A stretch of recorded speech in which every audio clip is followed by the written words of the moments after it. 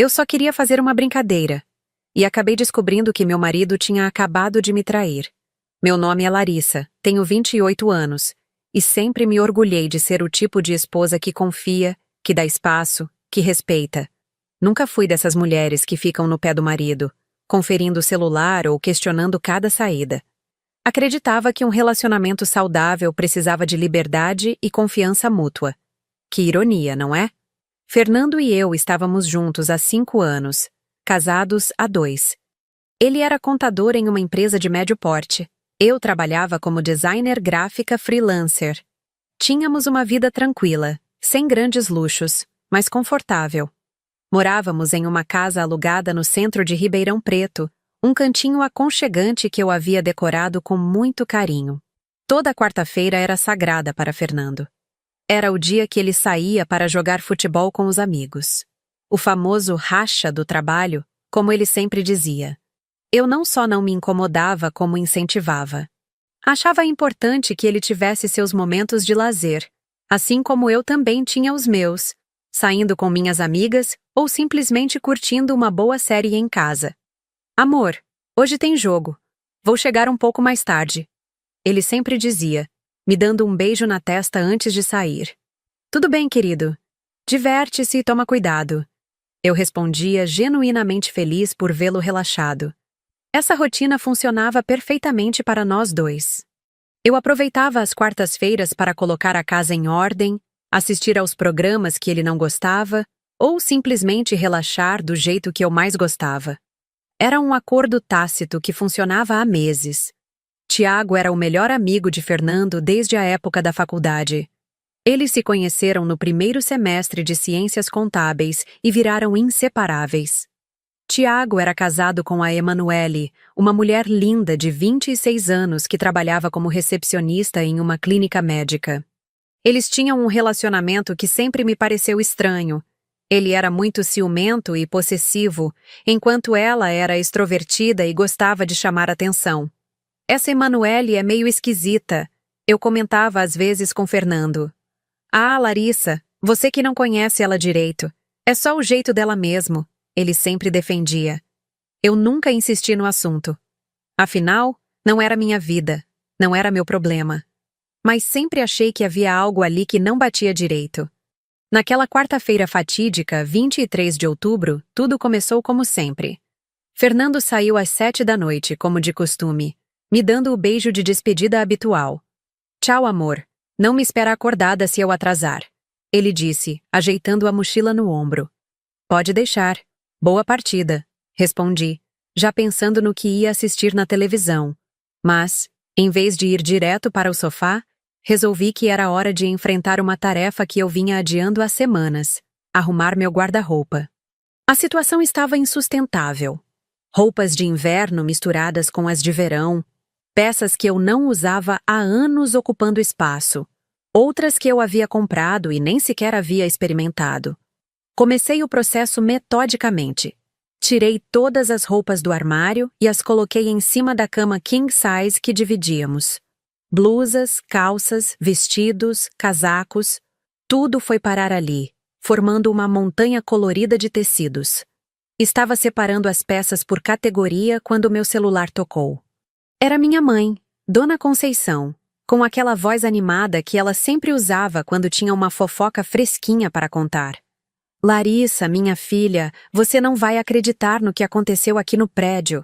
Ela começou, mal me dando tempo de cumprimentá-la. Oi, mãe. O que foi dessa vez? Perguntei, já me preparando para uma longa conversa. Minha mãe tinha o dom de transformar qualquer evento cotidiano em uma novela mexicana. Lembra da dona Marlene do apartamento 402?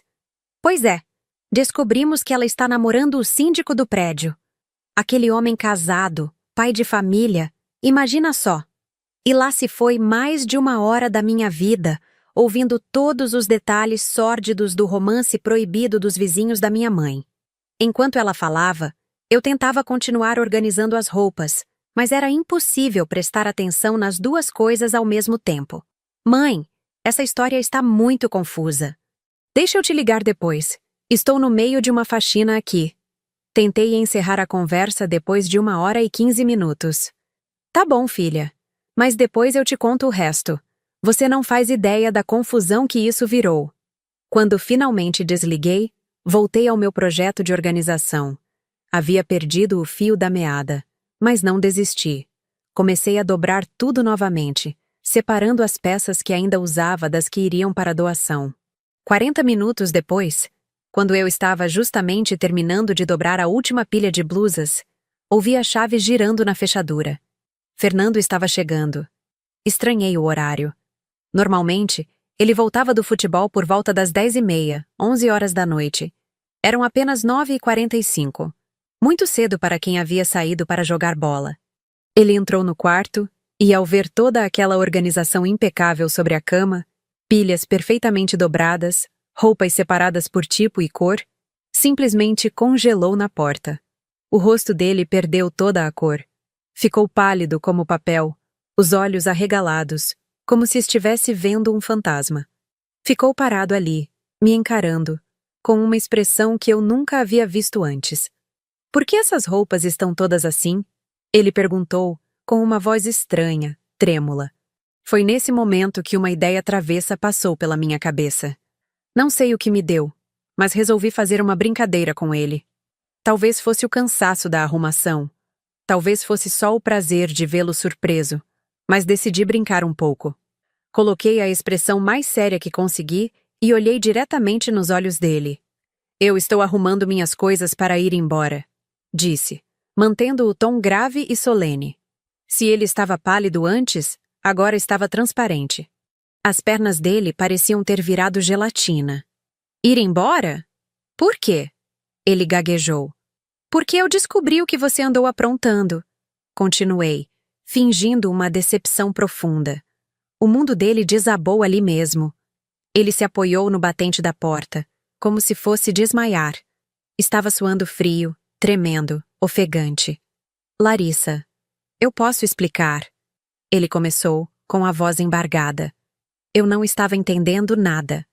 Aquela reação era completamente desproporcional à minha brincadeira. Mas decidi continuar, curiosa para ver onde aquilo ia dar.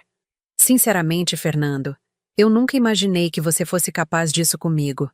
Eu juro que vou contar para todo mundo. Foi aí que ele desmoronou completamente. Literalmente se jogou no chão, de joelhos, com as mãos no rosto, chorando. Larissa, pelo amor de Deus, me perdoa. Eu sei que fiz merda, sei que não tenho desculpa, mas eu te amo. Foi só 2 vezes, eu juro. Não vai se repetir nunca mais, eu prometo. Meu coração parou. 2 vezes? Do que ele estava falando? Eu sei que você está arrasada. Sei que você quer me deixar. Mas me dá uma chance, me perdoa. Eu não sei onde estava com a cabeça. Foi uma loucura, uma fraqueza minha. Ele continuava chorando, implorando, se humilhando ali no chão do nosso quarto. E eu, que tinha começado aquilo como uma brincadeira inocente, comecei a perceber que havia tropeçado em algo muito maior e mais sério.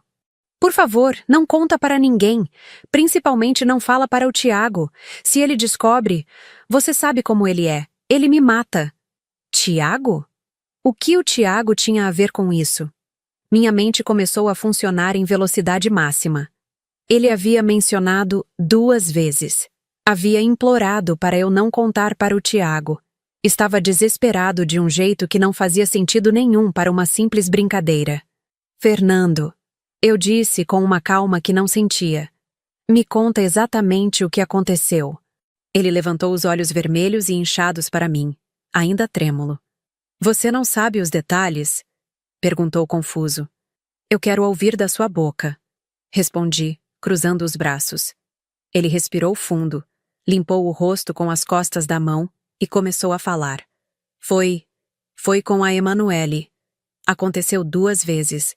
A primeira foi há 2 semanas, depois do jogo. A gente tinha bebido um pouco, todo mundo foi embora, e ela ficou no bar conosco.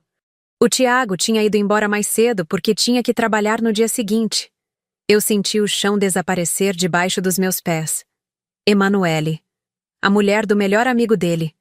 A mulher que eu achava estranha, mas que nunca imaginei que pudesse ser capaz de algo assim. E a segunda vez? Perguntei, com a voz mais firme que consegui. Foi hoje, ele disse baixando a cabeça. Eu não fui jogar bola hoje, Larissa. Eu fui encontrar com ela. Ela disse que não conseguia parar de pensar na primeira vez, que queria me ver de novo. Fomos para um motel na rodovia. Hoje. Hoje.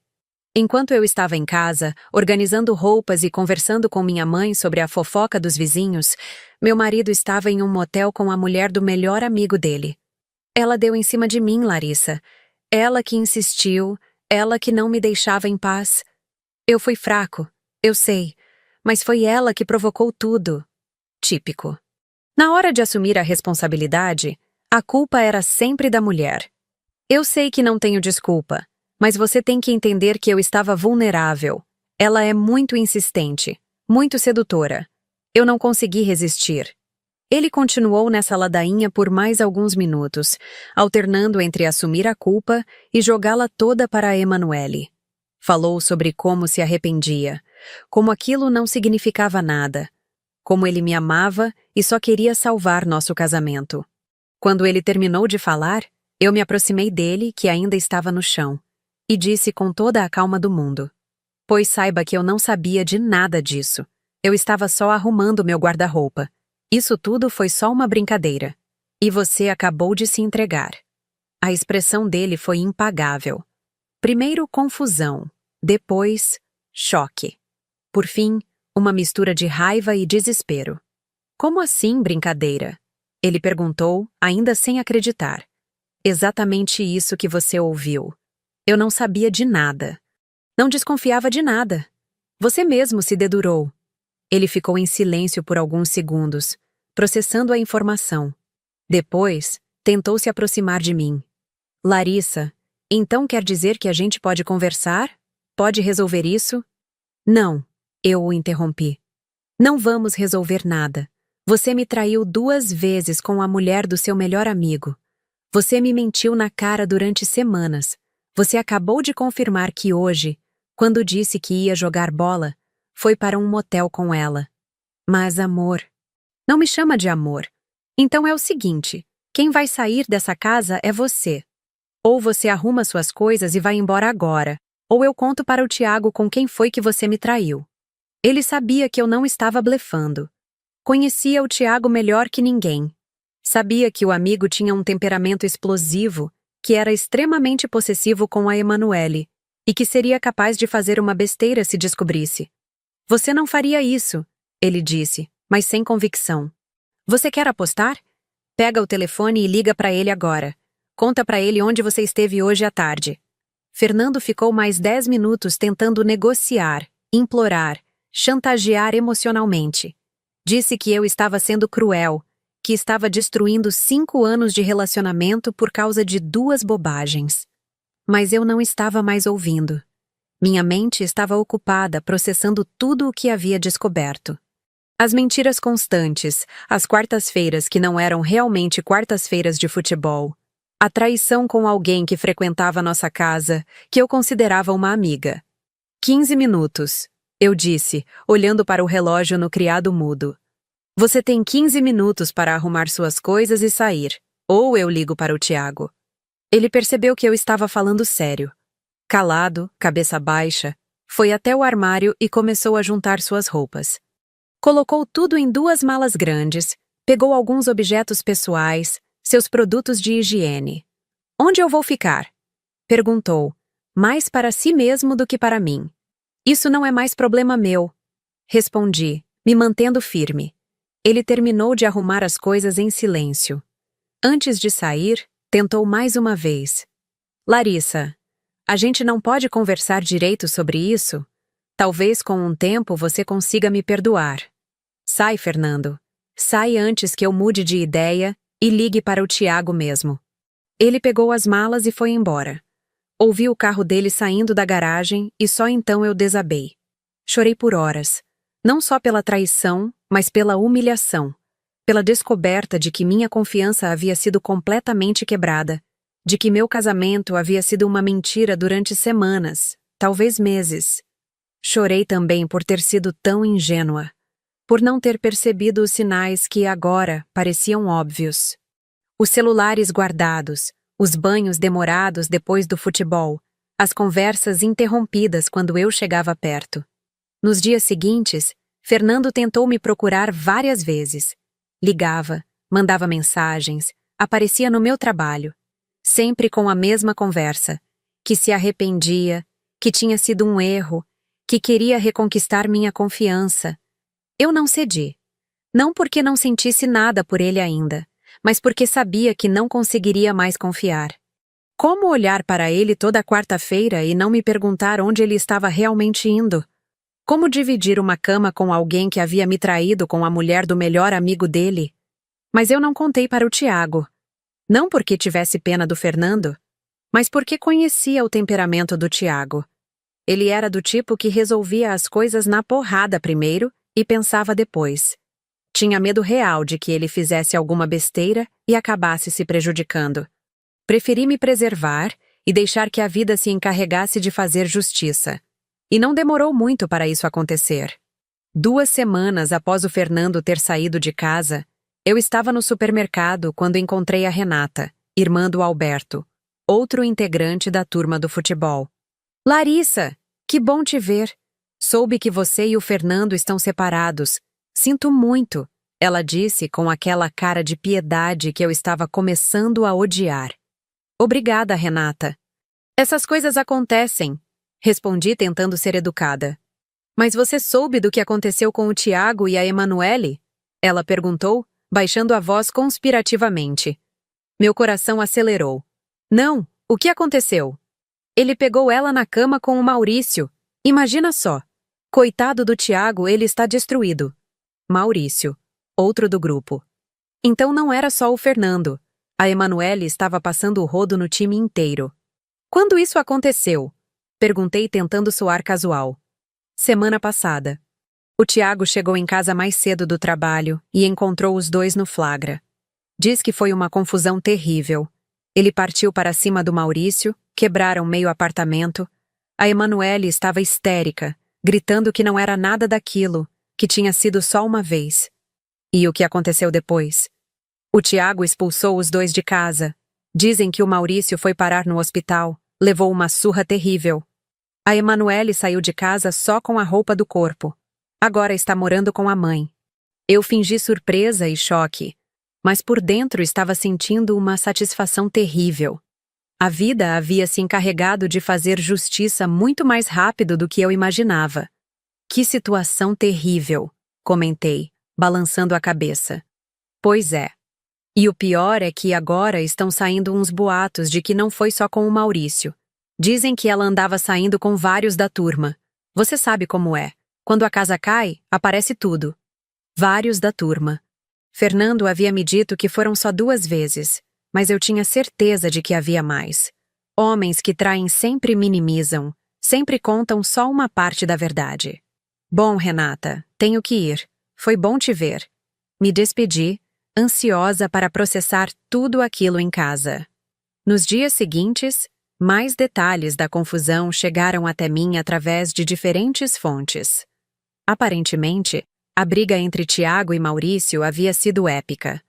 Maurício havia quebrado 2 costelas e ficado com o rosto desfigurado. Tiago havia sido indiciado por agressão, mas Maurício não quis levar adiante porque sabia que estava errado. A Emanuele havia tentado se reconciliar com o Tiago, mas ele não quis nem conversa.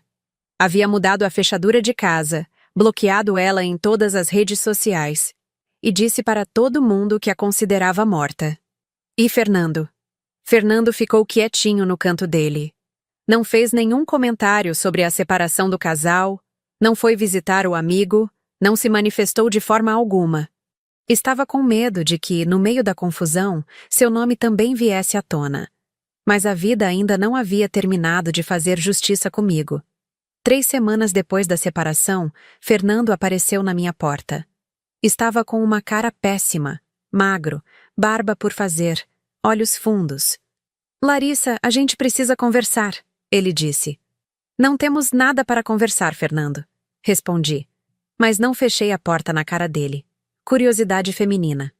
Por favor, só 5 minutos. Eu deixei ele entrar, mas não ofereci nenhum copo d'água. Ele se sentou na ponta do sofá, como um visitante indesejado. Eu vim te devolver algumas coisas, ele disse, tirando uns papéis da pasta que carregava.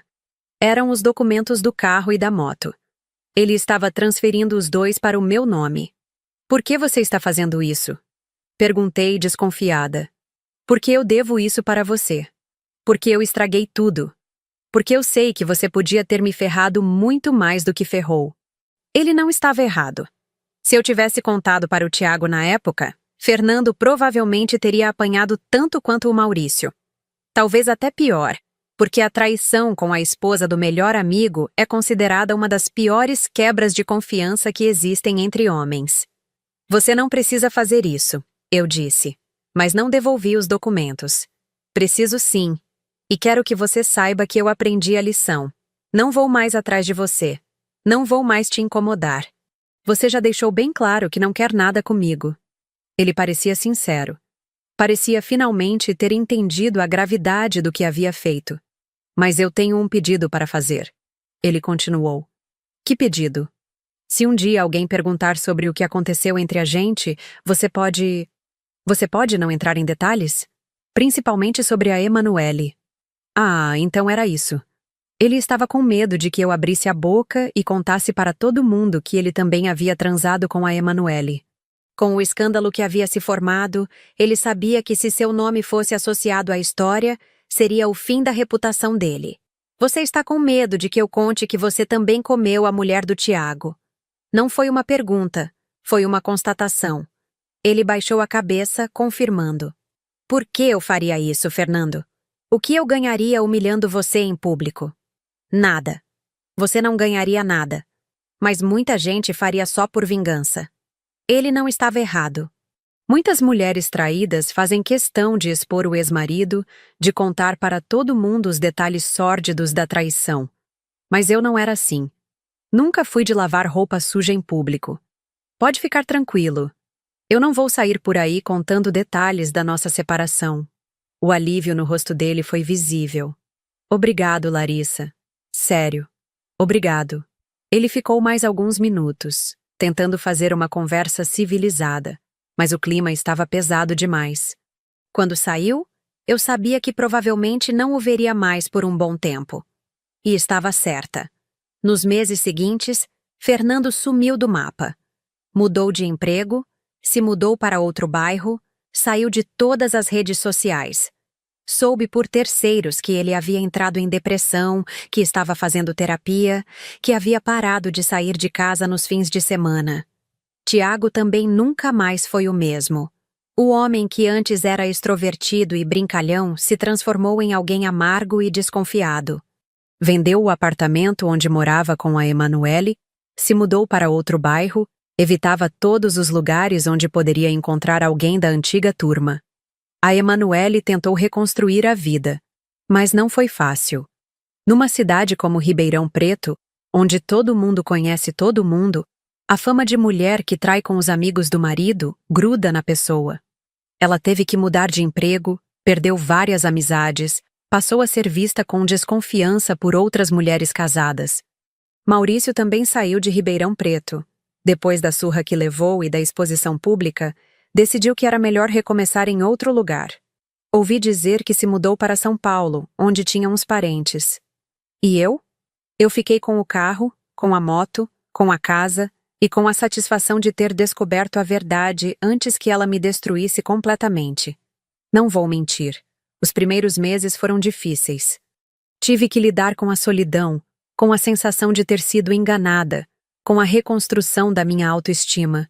Mas também tive que lidar com algo que não esperava, o poder, porque Fernando não estava mentindo quando disse que eu poderia tê-lo ferrado muito mais.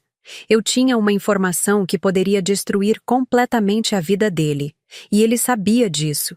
Por isso, quando eu precisava de alguma coisa, uma assinatura de documento, uma transferência bancária, um favor qualquer, ele nunca disse não.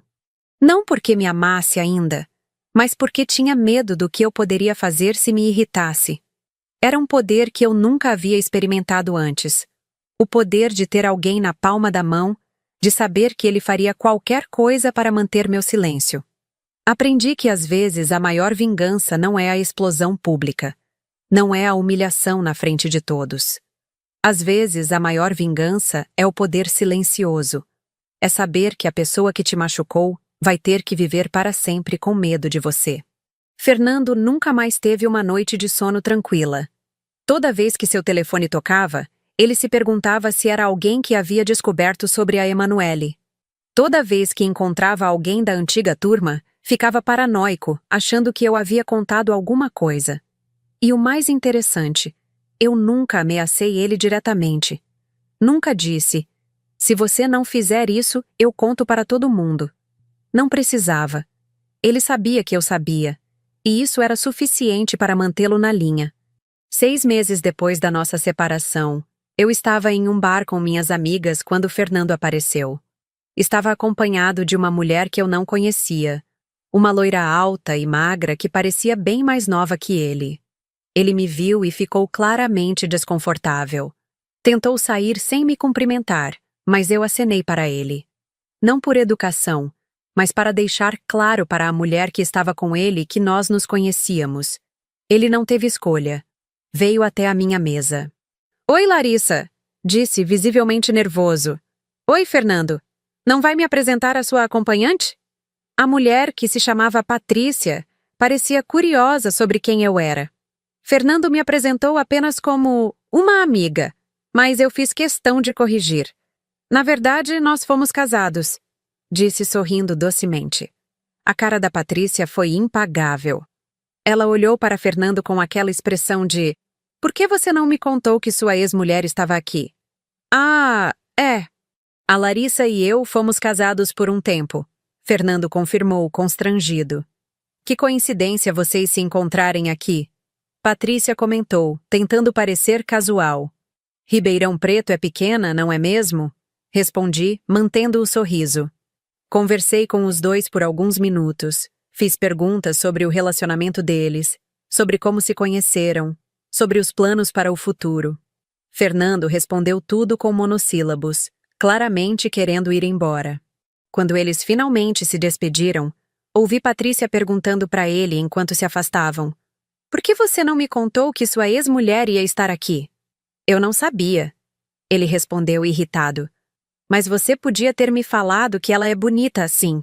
Fiquei meio sem jeito. "Esquece isso, Patrícia. Vamos para outro lugar." Eu sorri para mim mesma. Mesmo sem fazer nada, mesmo sendo educada e cordial, eu havia conseguido plantar uma sementinha de insegurança na cabeça da nova namorada dele. Ela ia ficar se perguntando por que ele havia ficado tão nervoso, por que não havia falado sobre mim antes, por que parecia estar escondendo alguma coisa. E Fernando?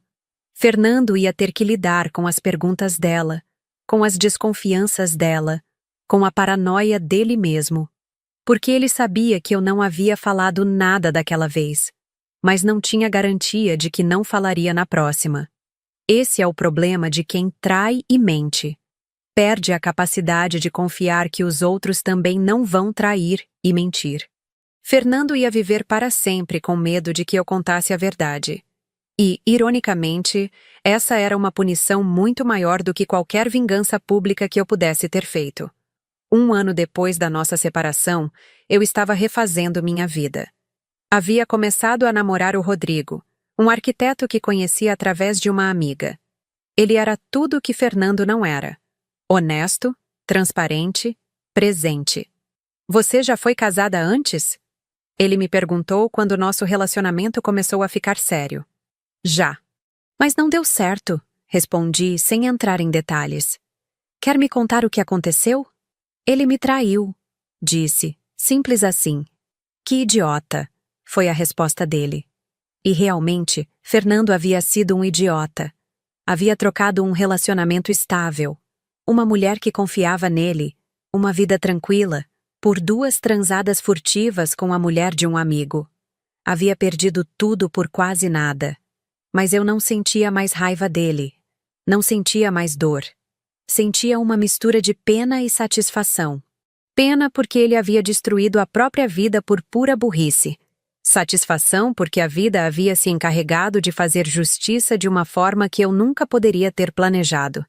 Rodrigo e eu estávamos juntos há 6 meses quando decidimos morar juntos. Ele se mudou para a casa que eu dividia com Fernando, mas fizemos questão de redecorar tudo.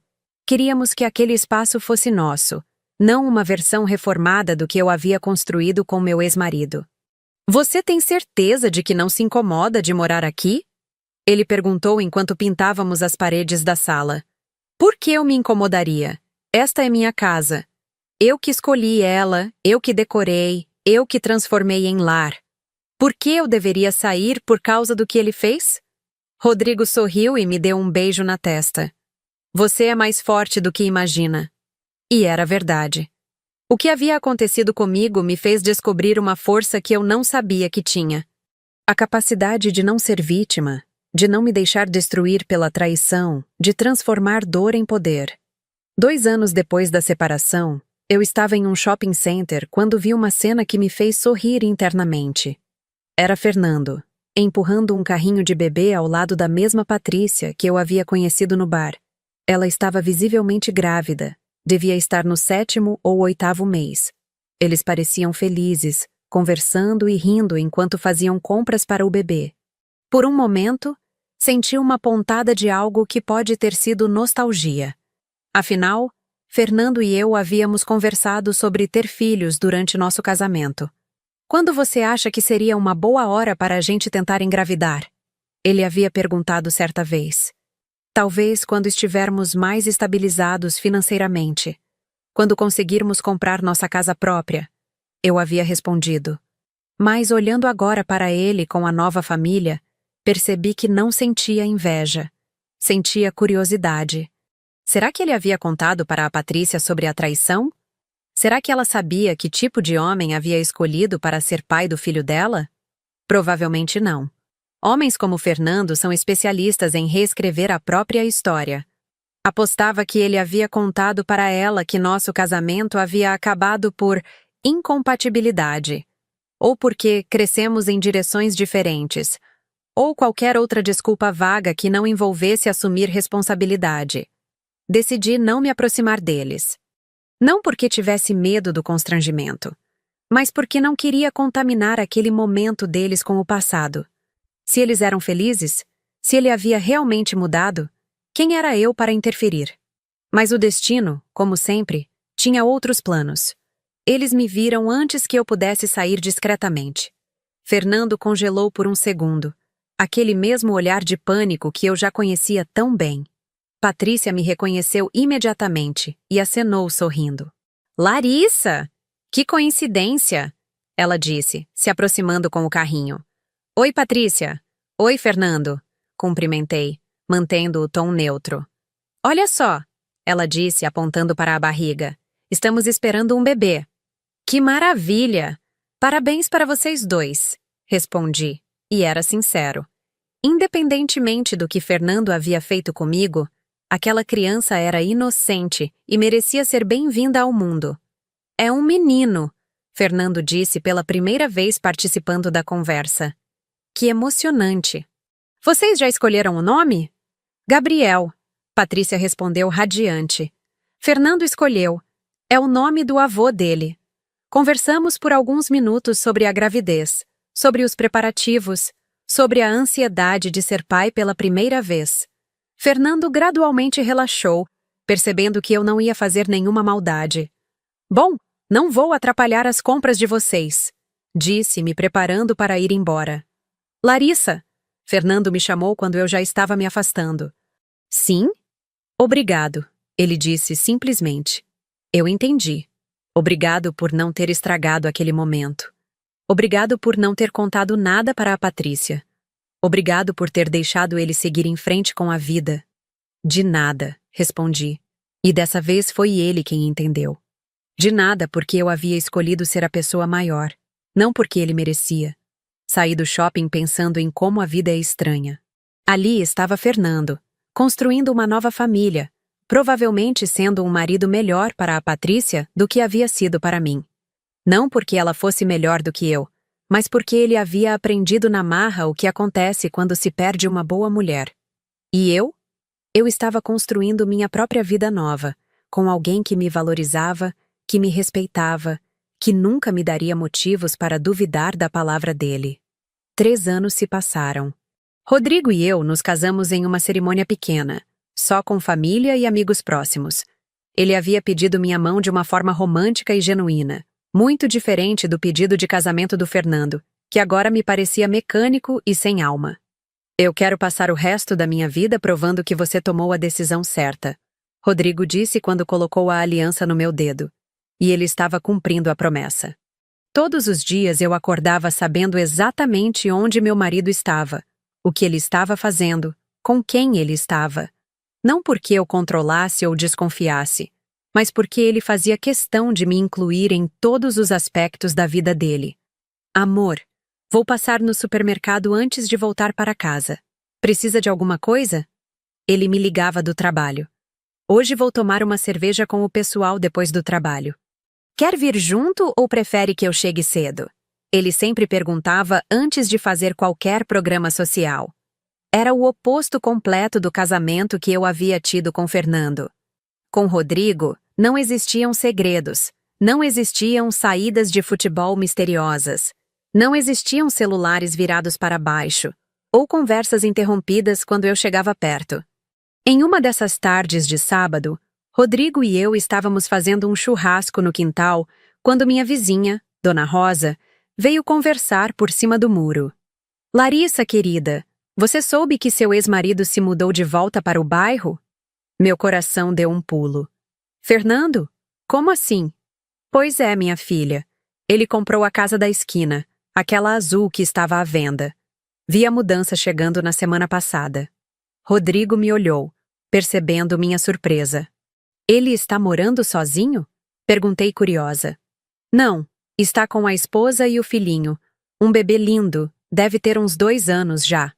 Então Fernando havia se mudado de volta para o nosso antigo bairro.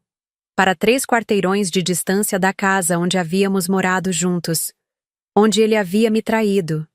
Onde nossa história havia terminado. Por que será que ele voltou? Perguntei, mais para mim mesma do que para Dona Rosa. Ah, minha filha, você sabe como é. Casa própria é casa própria. Talvez tenha conseguido um bom negócio, ou então quis ficar perto do trabalho. Quando Dona Rosa foi embora, Rodrigo se aproximou de mim. Você está bem? Ele perguntou. Estou. Só achei estranho ele voltar justamente para cá. Quer conversar sobre isso? Era isso que eu mais amava no Rodrigo. Ele não fingia que meu passado não existia. Não sentia ciúmes retroativo, não tentava competir com fantasmas. Ele entendia que eu havia tido uma vida antes dele, e estava seguro o suficiente sobre nosso relacionamento para não se sentir ameaçado. Não tem muito o que conversar. É só estranho, sabe? Depois de tanto tempo evitando este bairro, ele resolve voltar. Talvez ele tenha superado o constrangimento.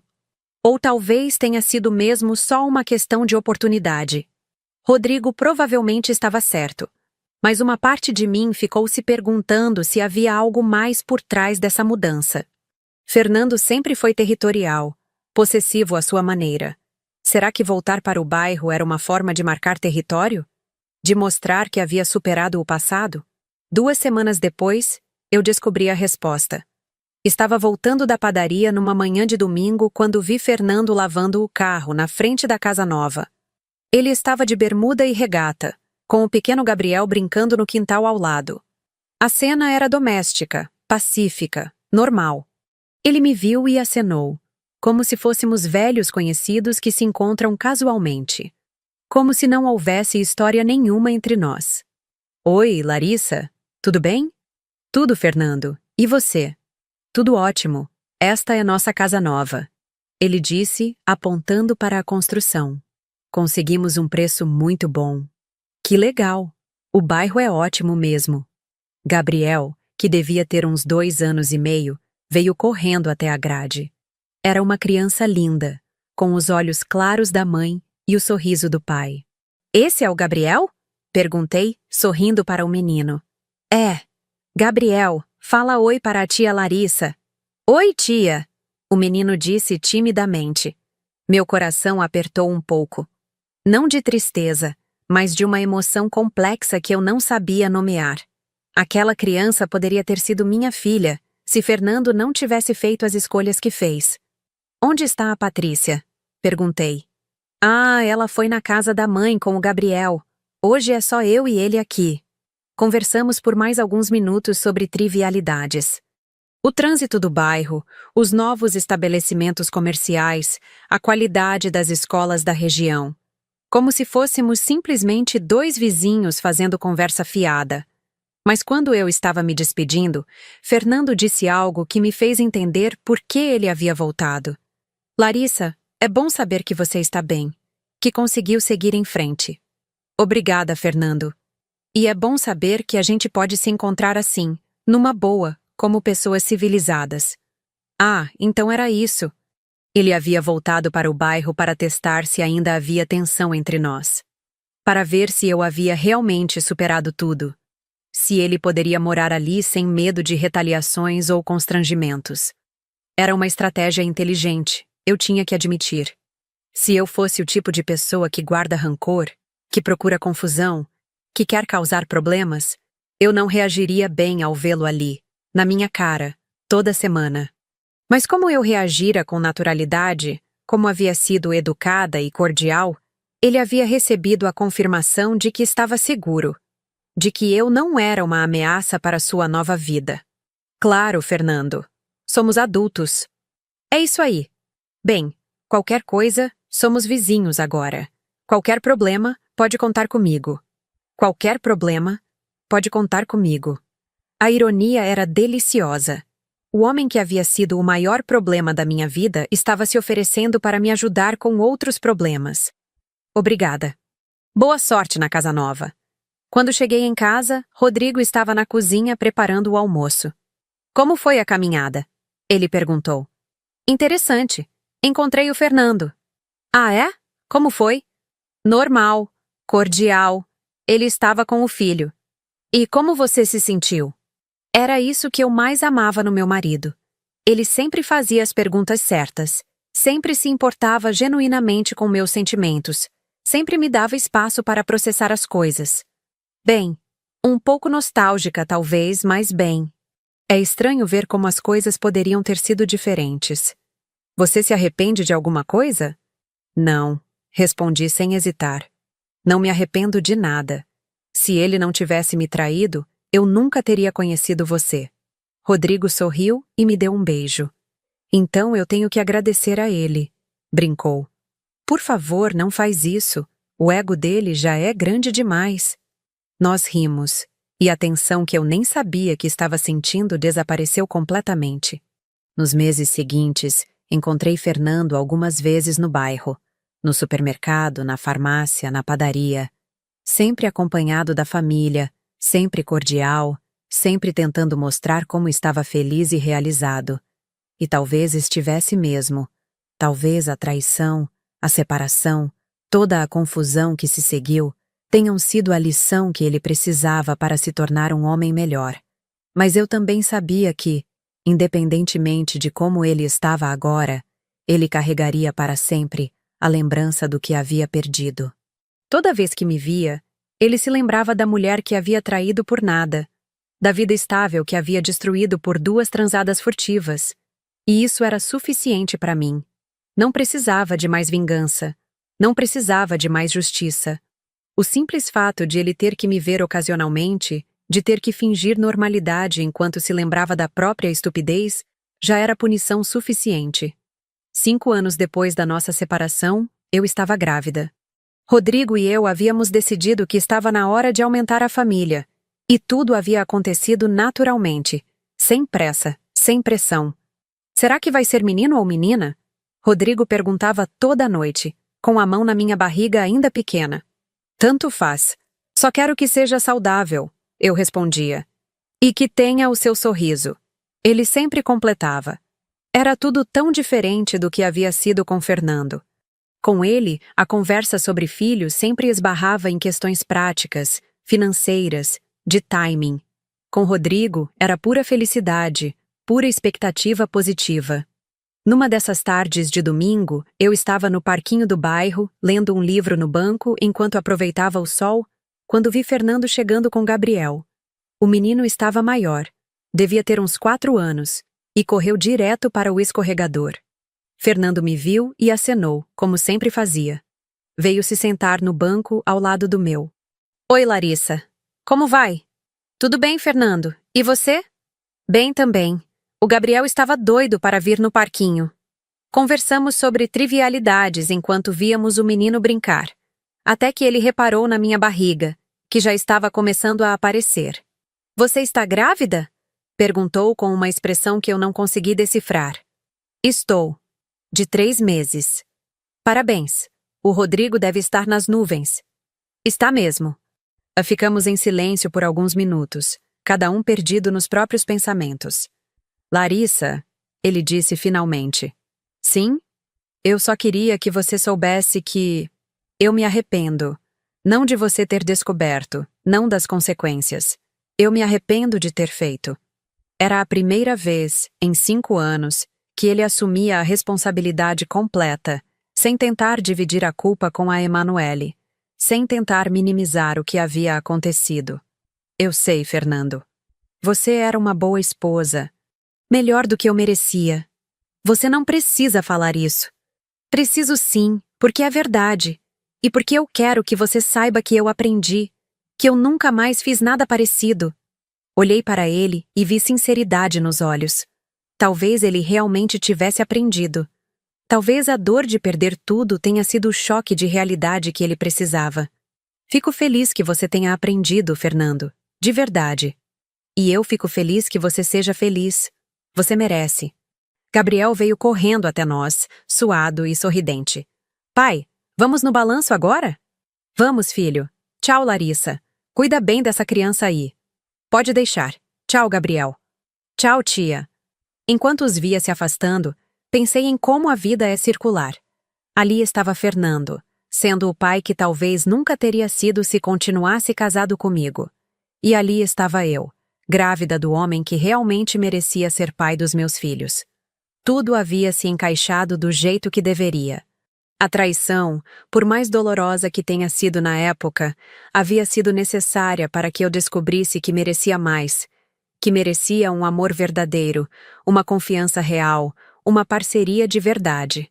6 meses depois, nossa filha nasceu. Isabela. 8 libras e 2 onças de pura perfeição. Rodrigo chorou quando a segurou pela primeira vez, e eu soube que havia feito a escolha certa. Ela é igualzinha a você, ele disse, com os olhos cheios de lágrimas. Tomara que ela herde seu caráter, respondi. E sua força, ele completou. Força. Eu realmente havia descoberto que era mais forte do que imaginava.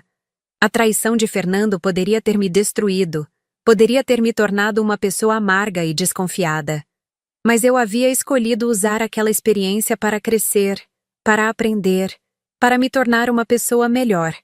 E agora, segurando minha filha nos braços, com meu marido ao meu lado, eu sabia que havia vencido. Não porque havia me vingado de Fernando, mas porque havia construído uma vida melhor sem ele. Hoje, quando olho para trás, vejo que aquela brincadeira boba que fiz naquela quarta-feira à noite foi o momento que mudou minha vida para melhor. Se Fernando não tivesse confessado a traição, eu poderia ter passado anos sendo enganada. Poderia ter engravidado dele. Poderia ter investido ainda mais tempo e energia em um relacionamento baseado em mentiras. A vida tem dessas ironias. Às vezes, o que parece ser a pior coisa que poderia nos acontecer acaba sendo exatamente o que precisávamos para nos colocar no caminho certo. E vocês, já passaram por alguma situação onde uma descoberta dolorosa acabou sendo uma bênção disfarçada? Já sentiram que o universo estava conspirando a favor de vocês, mesmo quando tudo parecia estar desabando? Me contem nos comentários suas experiências. Às vezes, dividir nossa história ajuda outras pessoas que estão passando por momentos difíceis a perceberem que existe luz no fim do túnel, que é possível reconstruir e ser ainda mais feliz do que antes.